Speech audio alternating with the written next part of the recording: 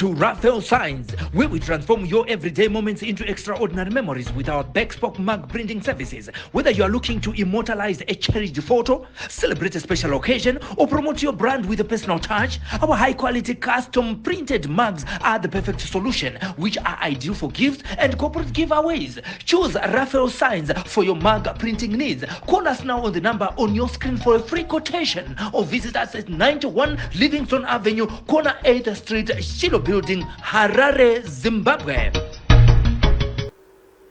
Kukuchingamidza kwatiri kuita pano paSly Media TV. Zita rangu ndinoitwa Pelagio Kwampurwa kana kuti Sokostina. Ndinovimba munofara kwamuri koko kwakasiyana siyana. Ndanga ndakusuwai shamwari dzedu, hama neshamwari pano paSly Media. Tiri muno muchirongwa chedu ngatidzifambire. Kuno chitango chono chirongwa ichi chirongwa chatinoya nacho tichikupai nyaya dzakasiyana siyana. Dzingava nyaya dzatakaitawo, dzingavawo nyaya dzatenge takashanya kumajeri, dzatinge takaendawo kumachief dzakasiyana siyana. Zvakare tinoita futi nyaya dzinenge dzichitrenda pa social media. Kana imimo mukaona nyaya muri kuti inyaya iri kupisa pa social media mukangondinyorera pa namba dzangu idzo dza Sokostina Pelagia Mpuro moti Sokostina nyaya ingaimbopinda mudariro tikurukure nezvayo, tichitsvaga futi maguest akasiyana siyana. Tikukuvimbisai kuti tiri kudzoka this time around with a bang. Tinge tine maguest akasiyana siyana atinge tinawo muno mustudio tichitaura nyaya dzatinge tichitawo pano tichionesana magariro atiri kuita munyika yedu yeZimbabwe ino. Saka muzuva ranhasi muri Zimbabwe kuno vamwe vanozoita mukana wokunyorawo kwatiri kunoku nekuda kwekuti isuwo tine mukana wokusangana vanhu vakasiyana siyana. Vamwe vanenge vane matambudziko avainawo vachidawo kuti isusu pano tivatsvagirewo rubatsiro. Saka muzuva ranhasi muri Zimbabwe ndinawo mhuri yakanyora kwandiri. Saka mustudio ndina Rachel Chigango akandinyorera kwandiri kunoku achitaura kuti aitawo dambudziko rasangana naro mudzimai uyu ane mwana wake ane makore 14 ekuberekwa. Mwana uyu arikuita dambudziko rekuti paachindinyorera iye anoti mwana anongodona. Mushure mekunge mwana adona, paanozomuka anomuka mwana achizvongonyoka kunge nyoka. Saka akandinyorera wakati Sokostina ndeitawo dambudziko irori, ndiri kuda kuti muri Zimbabwe vanokwanisa vagozondibatsirawo. Saka nhasi mustudio ndina Rachel Chigango. Rachel Chigango, ndinokuchingamidza. Wakadi yako? Tiripo makadiwo. Tiripo makadiwo. Zuva nhasi ndina mai vanogara kwedu kuChabwino kwanonzi amai Lazaro. Amai Lazaro vanga vane nguva hombe vachihwara nepfungwa. Saka vakazouyawo kuno kuSly Media vakazosvikawo pakubatsirwa. Asi amai ivavo zvepari nhasi uno pari zvino kubatsirwa kwavakaitwa aiva amai Lazaro vaaraiti. Ndozvazondipo nguva yekuti tiwanike nchisvika kunoku. Aiwa, tinotenda tinongoti kuna mai Lazaro Mwari avaitire zvakanaka. Ndikunzwa chitopa testimony nekuti vaakuita zvakanaka. Isusu patakaonawo zveshuwa zvanga zvisina kumira mushe. Tichida kupinda manje munyaya yako Rachel yakaita kuti kanoti yaita kuti iwewe nhasi iwe neni tinge tichigara pano nemuri Zimbabwe ichiona dambudziko rawakandinyorera. Toda kunyatsonzwa zvizere kuti dambudziko iri rakanyatsotanga sei, chii chinenge chiitika pamwana? Chinoitika pamwana apa zvakatangira pakuti mwana anga achida kuenda kuform 1. Paanga akuda kuenda kuform 1 ndakafonera tete wacho ndakati, tete mwana kunoku handisina mari yekuti aende kuform 1. Ndiri kukumbirawo kuti kana muchikwanisa muite sei mumutore mugone kumuendesawo chikoro. Zveshuwa tete wacho nawo haana kuramba kati uyai nechi uyai nemwana. Temu ino yekutanga kwaene kubva muna January akaenda temu yekutanga hapana problem yandakaona. Temu yechitundu yakazoramba kupera. Ndakazoona ndakufonerwawo kuti maisela chidosvika ikuno ndozvaitika kuno kumwana wenyu ari kudona. Ari kungotanga kuita zvekudona. Kana atanga kuita zvekudona anongosimba akanyarara. Anyarara papera maminutes unozoona ndipo paanenge akutanga kutaura. Aita kunge munhu ari kubudirwa nemudzimu, kunge ada kudzowa, wozoona akuita kunge nyoka. Saka pandakabuda ndichiendawo ikoko zveshuwa ndakasvikira zvinhu zvaita sei zvakuita zviri nani. Vandatorarako ndararako vandatoswera mangwanya vandamuka vandayabva ndazofonerwa futi vandaenda futi ikoko. Ndaenda futi ikoko ndakasvika dambudziko rina ndipo pandakachimbondipewo mwana ndimbogare naye ndione kuti chiri kutora nzvimbo. Zveshuwa mwana ndapiwa mwana ndagara naye ndofuna ndikagara naye zvesvondo 1 ndagara zvesvondo 1 ndakangozoerekana mwana uya kwandiri mama ndauya nemwana oyi mwana oida kumboenda kumba ndakati ochienda nemwana kumba ndikuya ndichiita sei ndikuya ndichimutora vaatoramba arapa ndakachisiako mwana paanga achida ngoti asiye mwana ndakabva ndaona mwana apasi chandakakwanisa kungoita ndakangokwanisa ngoti hii mwana wangu ndo zvinhu zvandakakwanisa kuita ndakutoti asikana ndibatsidzeiwo nditore chi mwana ndiende naye kumba zveshuwa takamutakura mwana uyu takuenda naye kumba ndipo paakatanga kuita kudzvova achidzvova kudzamara akuita kuzongonyoka kunge nyoka akutodedzera kuti ainini hamutomboti gone neda kwekuti isu takawanda iwewo haufaniri kuramba zvatinoda unofanira kutoita zvinhu zvatinoda isusu saka iwe kana uchiramba hazvisi kutomboita saka iye mwana uyu anoti kana time dzaanoti iye akudonha zvezviye hanzi kune munhu anotouya nenyoka osvika okanda nyoka mukati medumbu rake kana wakuda kuenda nemwana uyu ndipo pawanesa nyoka ipi mudumbu imomo kana waisa nyoka iyo mudumbu imomo ndipo kwawanozoda kukwanisa kutakurana nemwana uyu kuti waende naye pawanenge wakuda kuenda uyu mwana ndipo paanenge akuti inini handizoda kuenda kupi handizoda kuenda uku ndipo paanozoita kunge asandudzirwa ozosvika panguva yekuita sei ekuzodonha ozotanga kuita zvaanenge akuita achizongonyoka kutanga kutenderera mumba kana kutoti rwisa anenge akutongondirwisa pari zvino handisisina chinhu chandichakwanisa kuiteni kana ndakada kuti ndibude ndiende kumvura ndinototya kuti mwana wefundi wamusvikira aita sei adonha anogona kumbomira pamwe zvezvondo 1 asi chirongwa chiite kunzi chiri chekudonha ichocho anongosimba chingodonha ende akangodonha ndo zvaanongosimba chitose zvaanenge achingosimba chingoita pamwe pachona anogona kuti munogona kutondipa chikafu ichocho handitokwanisa kutochidya kunenge kutori nevanhu vakawanda vanotouya votoita rairi pamwe muchitonditambidza chikafu paipaika imune muchiti muri kutambidza inini mune musingatambidzi nenichitodyirwa chikafu ichocho sa muchizondinza ndichingoti ndikuda chikafu ndikuda chikafu ndikuda chikafu ndikuda chikafu asi dai ndanga ndawana munhu anondikwanisa kundibatsira padambudziko iri chiri kunyanya kundinesa ndechekuti mukati medumbu rangu munenge mune nyoka irimo wakandiona ndaita zvakanaka paipayo anoti nyoka iyo inenge yambobhisiwa kana wakuda kutanga kuda kundishandisa ndipo wanondisa nyoka ipi mudumbu iyo pawanenge wakuda kuibhisa ndiyo inogarirwa nevanhu vachienda kwavanenge vachiita sei kwavanenge vachienda saka ndiwo nhau yandinayo papi panapa saka ndatotambudzika ndatadza kuziva kuti ndingatoitawo zvekuita sei saka mandiona ndauya kunoko Alright, jacho nchata nchibvunza mwe mubvunzo kuti techinzwisisa. Tiringonzwa kuti mwana ini pakandinyorera wakangoti mwana wangu. Mwana uyu mwana musikana kuti mwana mukomana. Mwana musikana ane 14 years. Ane 14 years. Pakutsanangura wati mwana akatanga kuda kuenda form 1. Saka zvinhu zvakanyatsotanga gore ripi? Akatanga iro gore rino muna January. Ndipo pazvakatanga.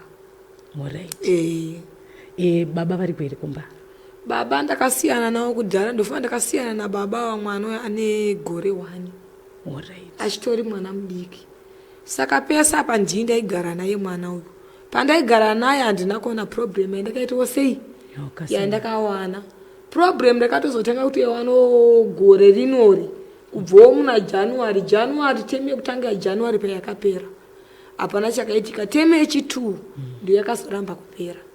Ndipo panganda kunzwa kuti mwana akuita problem ipi iyoyo ndipo paangaenda kwatete ndipo paangaenda kudzinza rake handadziya baba vake ndizvoka saka iwo wekudzinza racho vanewo zvavari kutaura here kuti vakamboda kutsvaga kuti chiri kukonzera kuti mwana adaro kufamba vari kutombofamba zvekutoti vari kutoshushika noonazvo kuti nditi chii chiri kumbonyatsa kutora nzvimbo apa pakubuda miromo yekunzi kudzinza kwaamai vacho nekudzinza kwababa wake mhepo dzekwamai vacho nemhepo dzekwababa china dzabatana saka dzakuita chinhu chimwe chete ndisaka inini ndati nini ndinoda kumbotsvaga rubatsiro kuti ndingabatsirikane sei pamusoro pemwana uyu nekuti handina maitiro andingakwanise kuita pamwana uyu ndisaka ndinoda kutotsvaga ruzivo kubvawo kwamuri Alright. Pane pawatsanangura uchitaura uchiti paunomupa chikafu iye anozinga kukudza kuti pane vanhu vanouya vachida kudya. Toda kunzwisa kuti saka mararamiro ake pari zvino upenyu ari kurarama upenyu hwakamira sei, nekuti chikafu ari kuramba achiti ndoda chikafu, iwe uri kuriritira sei mwana iyeyu, nekuti munhu achida kuramba achingodya unenge uchitofanira kushanda zvakasimba. Saka toda kumbonzwa takanangana zita ndiendere mwana Stella Chigango. Stella takanangana naStella uchigango kuti upenyu hwake hwakamira sei muchirarama naye panguva iyi? Pakurarama kwandaita nemwana uyu ndairarama naye mune zvakanaka pasitomborina problem, asi nekuda kwekuti neproblemu yaakuita pari zvino ndeyekuti zvinhu zvezvo zvakamuvinga zvakamuvhunga akadona. Paanozopatika ndipo pepe paanenge angoti ndikuda chikafu. Uchipedza kumupa chikafu anokudzita handina kupiwa chikafu. Uchimupa chikafu anenge achingoti inini handina kupiwa chikafu. Saka ndiri kungoda chikafu. Ndo chandikuda kuita sei? Chandikuda kudya. Saka unotongosimba nekutoita sei? Nekuposhera. Pamwe pachona ndipo paanozoti ni chikafu, paanozoti paipe anenge akuita zvinenge zviri nani. Ndipo paanenge akuti mama, chikafu chesha munondipa ininika. Kune vanhu vanotouya vachitondisairira kuti piwa chikafu zvekuti makasatondipa chikafu ichocho ndinonzwa nekuita sei? Nekurohwa, ende ndinorohwa zvakanyanyisa. Kana pandinoti ndipewo mvura yekumwa, makatotadza tondipa mvura yekumwa yandinonwa ndichiguta, ini ndiye ndinoita sei? Ndinenge ndakurohwa kunze nemunopiwa mvura utipi. Ndo zvaanenge akutsanangura iyi. Kana chimweya cheche chabuda chaita sei? Chaenda. Sakureva kuti mwana Stella pari zvino kuchikoro chako akazongogumisira ipapo anozomboenda kuchikora, haana kutozobvira atozoenda kana kutozonyorawo matesti ekuti vamwe vanhu vavhare apa, haana kubvira atombozonyora matesti. Saka pari zvino muri kurarama muchigara kupi naStella? Pari zvino ndiri kurarama naye nchigara naye Pachabwino. No mabasa ari kuitawo here kuti ukwanise kuriritira mwana? Pari zvino handisisina kubasa kwandichatokwanisa kuenda, nekuti ndakutongoita basa rekungoti nei ndakatarisa iyi ndo maitiro andakutongokwanisa kuita. Kana panonzi nevamwe vanhu ati kudawo vanhu 2 vanoendawo kumaricho, handichatombokwanise kuenda bebi, handichatombokwanisi nekuti ndakatongoenda ndokutongonzi mwana wenyu adona zvinhu zve zvatotanga. Vakutongotanga basa randakutoenda kuita basa rekutongotaisa iyi. Upenyu hwakaoma hwauri kusangana nawo Rachel. Wambotaura uchiti uri kutsvaga rubatsiro. Ukunyanyotarisira kubatsirwa rubatsiro rwakaita sei? Wangoti ndikuda rubatsiro, ndezvipi chaizvo uri kunyatsotarisira kuti parubatsiro rwako nevanhu vacho vari kutasira kuti vakubatsire? Inini ndichitsvaga rubatsiro rwekuti rubatsiro rwanga ndichinyanya kutsvaga chero iro nderekutsvaga kwekuti kana kune munhu anokwanisa kundibatsira, rekuti kana kuri kunzi kune vanhu vanouya vachida kuita basa rekuvhunga mwana wangu, inini achingoda ngokunzi ndingonzi zvoni munhu iye anokwanisa kugadzira mwana wangu, yekuti kana munhu iye kana wangava vanhu vakawanda vachida kuvhunga mwana wangu, nachida ngoti kana achida ngosvika chinovabata, kana achikwanisa ngobuda panze ongogara panze ipapo kusvika mangwana kuseni, vanhu vese vachitongomuona ari panze ipapo achitotaura kuti ini ndini ndinokwanisa ndaishandisa mwana uyu. Kana pasina izvozvozvo, kana kuri kutonzi kana achitonzi munhu achitokwanisa kutofa, at least ndafa hake, mwana wangu achisara achirarama zvakaita sei? Zvakanaka. Ndo zvandiri kutarisirawo inini kuti mwana wangu akwanise kuraramawo zvakanaka. Alright, Rachel, ndiri kuona musodzi yakujenga mumaziso kuratidza kuti uradziwa ende watambudzika nokuda kwemwana wako. Takusvika patada kupendera chirongwa chedu. Ndinopa mukana uno wekuti umbotaura zviri pamwoyo pako, zvichida tataura zvese. Pane zvimwe zvaunoti Stella pane hamuna unyatsondibvunza zvauri kuda kutaura tichipendera edu chirongwa chedu panguva ino? Inini hangu Stella chandingangokwanisa kutaura ndechekutongoti ininika chandikungoda kuda kungobatsirwa kuti mwana wangu aite zvakanaka. Ndo zvandingangokwanisa kutaura panguva ipi? Panguva inoyi. Ndo zvinhu zvandingokwanisa kuita sei? Kutaura chete. Alright Racho, tinoshuira kuti rubatsiro rwari kutsvaga Mwari achakubatsira. Tizoonawo Stella achikwanisa kudzokera kuchikoro achirarama upenyu hwakanaka. Mhuri yeZimbabwe ndiye Racho Chigango watanga tinaye mustudio akatinyorera atsanangura kuti aita dambudziko rekuti mwana wake musikana Stella ane 14 years mwana akangotanga achitangawo form 1 akatanga zvakanaka asi second term ino haina kuzopera nekuti mwana ndopaakanga akungodona mushure mekunge mudzimai atoti ndakapowo tete dzinza kwake kuti ndichengetereiwo ndakuremerwa nenhau dzeschool fees asi hazvina kuzoperawo mushe mwana ndopaari kuti anonzwa nyoka anodyirwa chikafu nevanhu vaasingaoni saka Racho ari kukumbira rubatsiro mhuri yeZimbabwe ukaona nofunga vana mai unonyatsonzwa kurwadziwa kuti unenge wakabereka mwana wako une zvawakatarisira pamwana wako asi ozoona kuti upenyu hwemwana hausiro upenyu hwawakatarisira haana chaachakwanisa kuita iwo Racho wacho amai vaStella vachikwanisa kuenda kubasa nekuti vanoti ndikangoda kuti ndibve pari ndinonzwa vanhu vachiti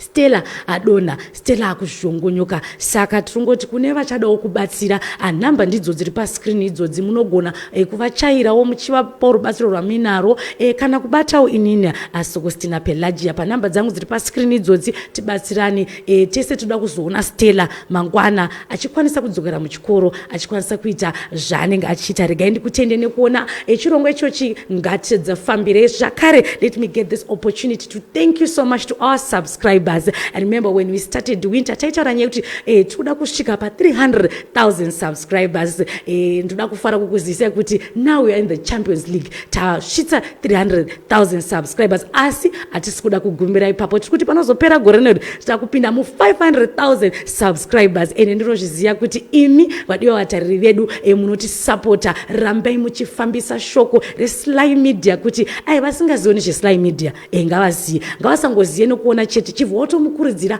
kusubscribe. Don't forget to like, follow and subscribe. Zvakare ndofunga makaona pano paSly Media takaintroducewo masports tinge chikavo vanhu vechikadzi vachitamba bhora tajera kuona kavarume vachikika bhora but tiri kuona kuti kune vakadzi vanorikava zveshuwa ikoko kuna naHaaland ikoko muno muZimbabwe vakadzi vari kutamba sana Haaland saka tirongoti rambai muchiona zvirongwa zvedu uyezve zvakare mukaendawo paYouTube pedu panewo nyaya dziri kuitika dzekumajeri ikoko nekwakasiyana siyana kumachifu nhasi kune story chapinda kumachifu muchainzwa inenge yatopinda kutaura kwandiri kuita ikoko saka until we meet next time rambai muchitinyorerawo rambai muchitisapota andini wenyu Pelagia Kwampurwa akana kuita Sokostina ndinokutendai ndoti chisarai zvakanaka.